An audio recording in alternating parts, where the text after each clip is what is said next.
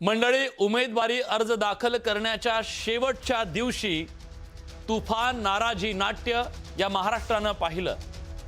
त्या नाटकाचं नाव होतं कुणी तिकीट देता का तिकीट।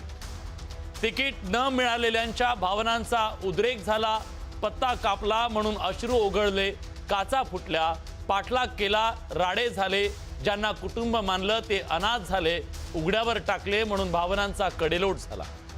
या नाट्यात प्रत्येक जण उच्चारू लागला, जगावं की मरावं हा एकच सवाल आहे।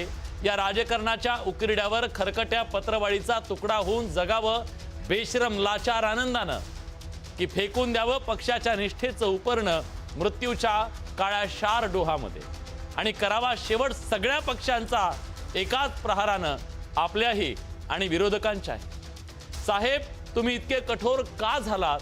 एका बाजूला आम्ही ज्या पक्षाला जन्म दिला ते आम्हाला विसरतात, दुसऱ्या बाजूला ज्या पक्षानं आम्हाला जन्म दिला ते तुम्ही आम्हाला विसरलात। मग विस्कटलेल्या राजकीय करिअरचे हे सापळे घेऊन हे करुणा करा। आम्ही इच्छुकांनी कुणाच्या पायावर डोकं आदळायचं, कुणाच्या पायावर सांगणारे कुणाच्या पायावर। म्हणूनच म्हणतोय, एक इच्छुकाला कुणी तिकीट देता का तिकीट। एक तुफान एबी फॉर्म वाचून, उमेदवारी वाचून, साहेबांच्या माये वाचून, पक्षाच्या दये वाचून सगळ्या पक्षांच्या दारात हिंडतंय, जिथून कोणी उठवणार नाही अशी एक जागा धुंडतंय। विचारतंय, कुणी तिकीट देता का रे कुणी तिकीट। अर्ज भरायची वेळ संपली, सगळ्या आशा संपल्या, पाठलाग केला पण तिकीट काही सापडलं नाही। अश्रू तरळले, हंबरडा फोडला पण कुणाला दया आली नाही।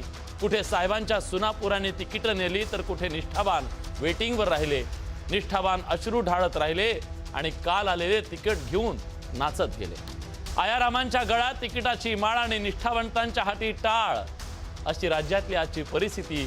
अर्ज भरायची वेळ संपली, हिरमुसलेला कार्यकर्ता अश्रू पुसत घरी परतला। संध्याकाळ झाली आणि 5 वर्षासाठी त्याच्या आशेवर पडदा पडला।